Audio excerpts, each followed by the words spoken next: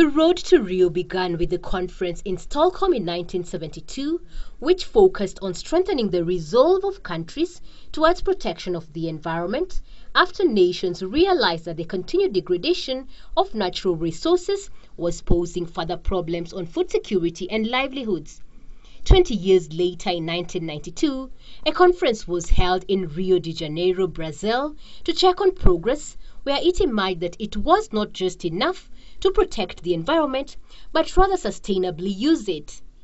But some of the indicators, as contained in a recent report by the UN, reveal that despite the laws that were put in place since 1972 and commitments to save nature, milestones have not been achieved in key sectors of the economy, such as fisheries, tourism and agriculture, necessitating the Rio +20 conference.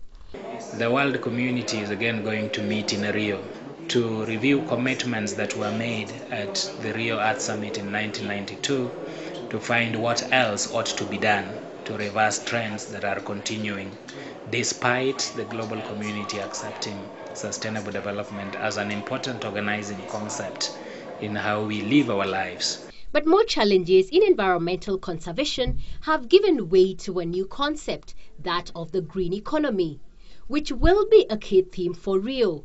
It underscores the fact that achieving sustainability rests almost entirely on getting the economy right. Among the commitments that have been notably achieved in Kenya include the institution of legislation to govern environmental management. Kenya is focusing on getting the institutions right. Kenya is focusing on getting the international framework for sustainable development to function better. We have a framework here which is dysfunctional at the moment. There are too many different agreements, there are too many different organizations. We have to streamline this, and this is done by strengthening UNEP. But the United Nations Environment Programme is the only UN agency headquartered in a developing country, and pressure has been mounting to have it relocated, which is why Kenya's presence in Rio is important. If those discussions don't go well, then it means Kenya stands to lose. Why? Because as of now, Kenya is the country that is hosting the United Nations Environment Programme.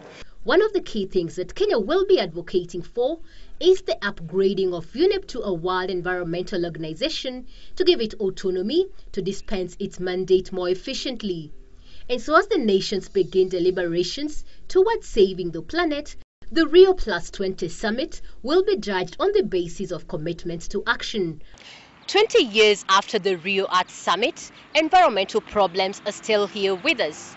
And so the Rio +20 summit in Brazil hopes to reconcile not only the debate on the environmental protection or the sustainable development, but also the latest agenda, which is a green economy for nations. Rosalia Opondo, Channel 1 News.